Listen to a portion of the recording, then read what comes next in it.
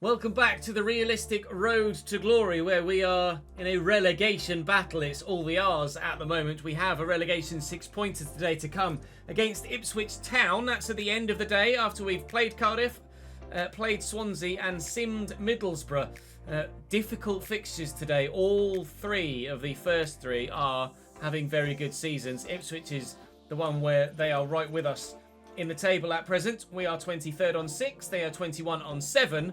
Charlton so far still even without a win. Ipswich have only scored 5 goals in 10 games compared to our 7, but we have conceded nearly twice as many goals as them. We're trying to put a stop to that by putting in some good performances. We've obviously changed the team around a little bit. We've got Lee there now. Someone mentioned actually recently that there is a bit of a gap between the centre-backs, and I would agree there actually with the way that formation is set up. So we might narrow up a little bit here. Sorensen is now going to start at right back ahead of Rafferty. That's going to be a long-term replacement in that sort of position for the side. And I have taken the decision to transfer list Marcus Brown. We have altered with the live editor the finances, the wages of Kelland Watts at your request. He's now on £11,500 a week, not £16,500 a week. So we now have £7,000 available in our wage budget. Thanks to Andrew, the creator of the spreadsheet, we're going to be able to, once I send him the most recent file at the time of my end of recording, he will be able to add in a functionality for us to be able to move some transfer budget into some wage budget. So we will be able to utilise our higher bank balance in making higher wage caliber players available to us more regularly. Also, to help bolster and offer new contracts to those who want to stay and put some players on championship level wages that currently are on League 1 or League 2 level wages. Although I would kind of like to stay in the division first before we guarantee that we hand out the big bucks to people, just to ensure that we're financially protected for future seasons. So we'll start with Cardiff at home. It's a very important game. Every game at the moment is particularly important. So fingers crossed we can start with 3 points. They've got Shea Ojo on the right-hand side, Callum O'Dowda on the left. They're, as you can see from the ratings, a really, really capable side.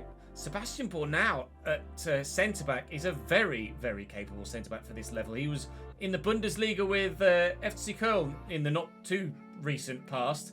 We've also got Robinson on the bench there as well. Ricky J. Jones actually on the bench. The man that was mentioned to us in a press conference question, the former Peterborough striker, is on the bench. Perry and G's there too. Jack Annick, their backup goalkeeper, but Horvath is the man between the sticks. Let's see what we can do at the Abbey Stadium against Cardiff City. We're going to try our best. We're saying thank you to Daniel today. Say thank you to NW92 today, and thank you to Loxy Gaming for continued support in the comment section.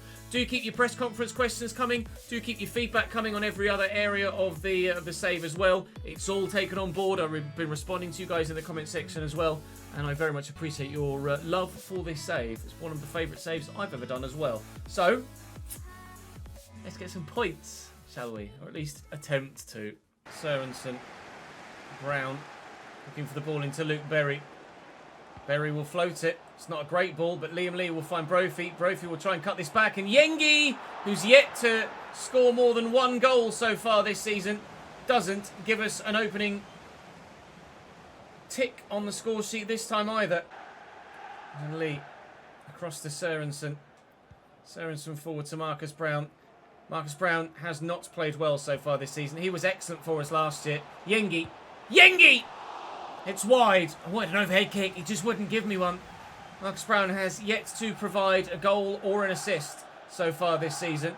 He was a great source of creativity last year, but we are finding that a number of players in the side that were with us last year just quite simply haven't been able to make the step to the division above with any real quality whatsoever, which is mainly why we are where we are in the league right now. We have the finances to be able to do something about that in January. We do very much intend to do something about that in January.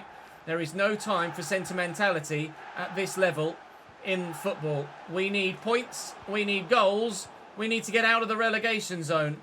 But some of it certainly lands on me by playing wrong passes at wrong times, as you quite clearly saw there.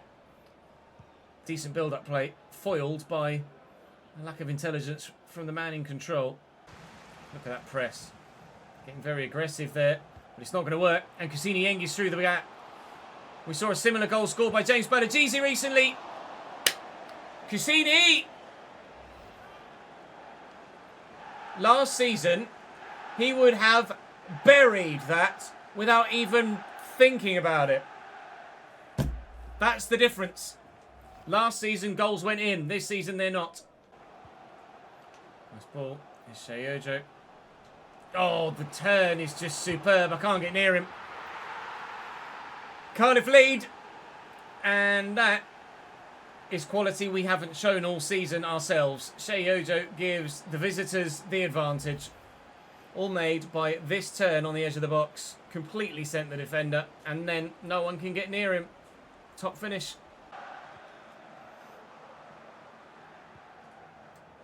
Oh, lovely touch by ChesnoidGaming. He's been the difference so far today. Jeez Louise. Jack McKenzie quite literally bouncing off him. ChesnoidGaming is a cut above here. You can certainly tell he's got previous Premier League experience. Meite's header flies past the post. Cardiff nearly scoring another one. Oh, pace. Meite's just too quick there. That was undefendable. Well done, keeps. Anyway will do. Bury will get rid.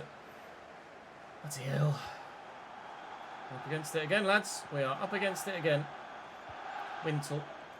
McGuinness. Siopis. Davies down the line. Inside to Meite. They're just too good. Quite simply, just too good. Can't get near them. 2-0 Cardiff. Ow, now. Chasing shadows here. We have done all game long. Minimal chances for us today. Cardiff on 15 points. Prior to this game, we were on 5 or 6. And it showed. They weren't quite 3 times the quality of us, but they certainly get all 3 points, that's for sure. Cardiff City getting a relatively comfortable victory there. And that puts us even further on the back foot. Our first question from the press conference here comes from Crankydor. It says, banishing a fan favourite in Jack Stephens to the bench is always going to be a risky move. I agree.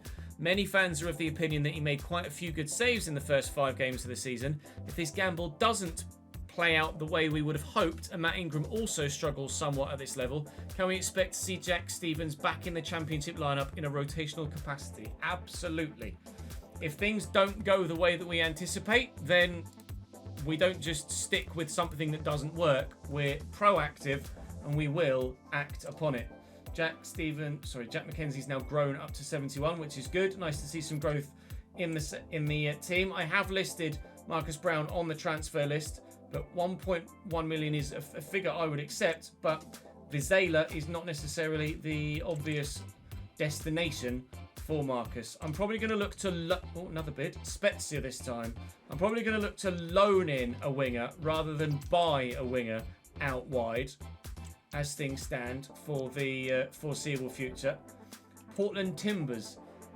We've sold quite a few players to the MLS so far, haven't we? I think I might wait until you guys have... I might take him off the transfer list for now, and I might wait for your feedback about what you think about that with Marcus Brown on the transfer list before I actually actively just sell him before I've seen your guys' thoughts about it. But at present, he is offering me nothing. 6.02 as an average rating and no contributions whatsoever. Others in similar positions are contributing, those central. Lee's got 4 goals in 8 games. Although some of them came on at Luton in the Carabao Cup, evidently. And Brophy's not really producing either. To be honest, nobody's really producing, but I can't replace everybody. So what I will do is replace somebody and hope that things improve. Swansea away next. Swansea in 9th place in the table. They've lost their last 2 games though. So maybe they might be in a bit of a downturn in form and we will have a go at returning ourselves to some decent form. Former Cambridge United player Jack Lancaster is in the starting lineup at Cam for them. Former Cambridge United player, but not of this save, Harry Darling, is starting at right back for them on this particular occasion. They've got Yates up top. They've got Pochetta out wide left, who's a particularly good player. I am going to make some changes to the starting line. Yengi just isn't doing it at the minute. You can see why I'm starting Yengi. You know why I'm starting Yengi. Not just because of the stats there, or the attributes there, but because of the way that he played at the end of last season. But no one, other than maybe Liam Lee at this particular moment in time, and Kirk Henderson, has really made the step up to this new level very well at all. We've tried to put faith in players that were with us last season. Brown, Brophy. Rephrase. In the forward areas, we've tried to put faith in those that were with us last season. It's not working. At all. We live in hope that something happens between now and January. Otherwise, there might be a bit of a mass exodus. Pochetta getting away from me. Fulton runs into Kelland Watts. He's been probably the best of the new signings that we've brought into the club this season, Kelland Watts. If he plays this well IRL for Cambridge, then I'll be absolutely delighted. We only brought him in because he was signed in real life, and turns out he's been the best bloody defender we've got at the club. Here's Josh Giannelli with options around him. Brophy just slightly wrong-footed there. Harry Darling forward from right back now. 73 rated Harry Darling, so certainly capable enough of causing us some problems. And Lancaster against his former team draws the save out of the keeper. Ingram keeps Swansea at bay for now. That Grimes with a delivery. Brophy will head clear. Pochetta will get it back into the danger area. Giannelli can't shoot. Their defender Sam Smart somehow intercepts my attempted clearance. And Ingram, oh, that is not what I wanted from you there, Mr. Ingram. I tried to play that long and he's just chipped it to the man that stood next to him. Grimes with a delivery again. Can we get rid of this one, please?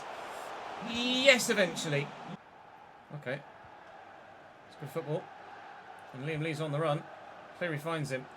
And there's Berry. I tell you what, I am losing possession more and more regularly with Luke Berry in the midfield at the moment. He is declining, and his performances have been significantly under par, to say the least. Luke Berry. I have a funny feeling we might not be waiting till the January transfer window to replace him in the starting lineup. I have a free agent on my shortlist that I am pretty sure, maybe even after this game, I might well look to bring into the club to hopefully help improve things in that area. Again, Marcus Brown and Berry are the two weak links at the minute, or weaker links in terms of outright on-pitch performance. Yengi and co aren't necessarily putting the ball in the back of the net, but they still feel decent to play with, other than the missed one-on-one in the last game. But Berry and Brown, I'm quite simply not enjoying using right now. They are not playing well. And it is showing. Grimes with a corner. Looks like he's going to take it short. He does indeed. Josh Giannelli. I read that. I didn't read the second one, though. Or the third, as it actually happens. Here's Harry Darling in the box. Darling with the effort. I've just lent on him as he's taking the shot to try and put him off. And the referee's pointed to the spot and give a pen. I just want to lean on him here. I mean, he's fallen over my heel. He's run behind me and fallen over my heel. It's not a penalty. It's just not a penalty. Here's Yates from the spot. Oh, so confident is everyone that plays against us right now. He's Panenka'd it for 1-0. Lovely turn by Brophy. Looking to race away. Darling sticking with me for now. Support would be nice. Eventually, Cleary gets himself into a position. Here he is now. Reyes Cleary from the edge of the box. Oh, keeper didn't deal with it well, but did deal with it in the end. Doesn't look very tall, Barsham, does he? He's 70-something rated, so he's definitely of quality. It doesn't look like he's massive in there, in between the sticks. We might try and take advantage of that. Try some long ranges, maybe. McKenzie delivers the cross. Oh, the keeper came for it. The defender took it away from him, but we can't get the effort in the end. It just wouldn't fall to Cleary to tap in from close range. Here's Cleary again. Need that support out wide, please, Kirk. Everybody took so long to react to do anything that I ended up losing the ball because I had no one to pass to in a proactive position. Henderson looking for the run of McKenzie, finding him well. Cleary's there with me. Cleary's still there with me. Kind of held his run a little bit. We'll flick that on. And Liam Lee can't find us an equaliser. Close, though. A good chance. Brown will deliver the corner. Marcus Brown into the middle. It's Luke Berry underneath it. Oh, my God. Luke Berry scored a header. Cambridge 1. Swansea 1. The man that I lamented earlier on in the episode because he wasn't performing. And quite frankly, he isn't. But he has managed to get us a goal here. Oh, he's so quick. Ronald's away from Sørensen. Sørensen's been able to recover part in part and then gets the tackle in. Well done, lad. Love that. No. Not where that was supposed to go. 4-2 Swansea. I tried to play that all the way across the middle to the man that was free in the middle. Reyes Cleary. I think it was Cleary. Stood over there. It was Liam Lee. He's tried to play it to Berry next to me, and then Yates has just powered it home. When you're in the mud, you're in the mud. Forward to Ken Sema. Got Kusini Yengi inside waiting for the ball, and Liam Lee has arrived. Oh, what have I got to do, man? Kusini Yengi in the last game, one-on-one, fluffs it. Liam Lee in this game, one-on-one, fluffs it. I really do feel like I'm getting completely cheesed here. A last-minute goal for Birmingham. A very late goal for Blackburn. Penalty that wasn't a penalty. A one-on-one missed in the last game that really should have gone in. A one-on-one there that really should have gone in. Or at least on target. Like, give me a break. Run, Kusini. Yengi's in. He's turned well. Lee's arriving. With me here is Berry. Berry looking for Brophy. Can't find him. Probably shouldn't have played that pass. I'm just not acting on instinct because I'm so frustrated at everything that's going wrong for us right now. Come on, Cassini, please. Oh, no! I don't know what I've got to do to get a victory in this league. I even tackle them when they run off with it. I'm getting frustrated. Lads, I'm getting really frustrated. As a manager, the fans will be feeling the same. And as a fan that's the manager, it's doubly important for me to try and turn this round. It's another defeat against Swansea City this time. It's Middlesbrough next. Can't help but feel that what we need right now is some quality and experience. And Ben Osborne offers that in droves. We want between £6,000 and £8,000 a week. A free agent signing, I think, is certainly going to improve things. 71 rated is as high as we could possibly sign someone right now. Because 1 year length. I'll go for 2, actually. Because Berry's going to leave us at the end of the season. I want Ben Osborne to come in and really solidify that middle of the park. It recommends 7.5. Recommends 7.5. I'll offer him 6 and see if he'll negotiate. He will, with a signing bonus of £31,000. Go on then. Ben Osborne will join us. He's down as a left wing back. We're actually going to play him at centre mid, where Berry is right now, and hopefully that'll add another injection of quality into the starting 11. An A-rated signing, which hopefully gives us some A-rated performances. Up next is Middlesbrough at home. It's a game that we're going to sim because we want to play Ipswich and hopefully, even though it's not really been going very well for me playing games recently, beat Ipswich. They have a very, very good side, Middlesbrough. They're in 6th place in the division, although similar to Swansea, they have lost their last 2 games, which is intriguing. We've had a press conference question as well from the Sobanik. It says, rumours within the players are that they feel that their income does not reflect the level that they're currently competing at, and therefore they're not motivated to give 100% for the club. Do you feel the club is paying them accordingly to the league standards? At present, they are League One quality players on League One wages. If we stay up, then those that stay with the club will be rewarded with appropriate contract renegotiations. But at present, I'm not giving players contract boosts financially because A, they're not earning them right now. B, if we do go down, then having high wage players in a division where not really the done thing could leave us in the lurch financially moving forward, where obviously income is significantly lower in League One than it is in the Championship. So I'm apprehensive to offer wage boosts before we've secured our Championship status, which at the present doesn't look very bloody likely, does it? Let's see what we can do against Middlesbrough then in this simmer. It'll be Ben Osborne's debut here for Cambridge United. Yengi will start. Sema's in on the right-hand side for Marcus Brown for this one. And we get a 1-0 defeat. 3 yellow cards, but no goals for us. Charlton lose again, which is good news for us because they're down the bottom with us. They still haven't won a game. We're on 6 points. We are now 5 points from safety at the bottom of the Championship. Ipswich in 20th, our next opponents. It is vital that we don't lose this next game. Ipswich Town of the Premier League in real life. We will when when Portman Road gets added to FC25, we will be doing a save with Ipswich Town in the Premier League. That is my intention, but that's not necessarily at the forefront of our mind right now. What is at the forefront of our mind is doing the business for Cambridge United against Ipswich Town here. They did win their last game, annoyingly. They have players that are certainly of decent quality. So do we now as well, in theory. Still some weak spots in the 11 that we're hoping to improve upon in the upcoming windows. But this is a side that should be able to save itself from relegation, or at least battle better than it has been against relegation. Brown looking for the run of Osborne.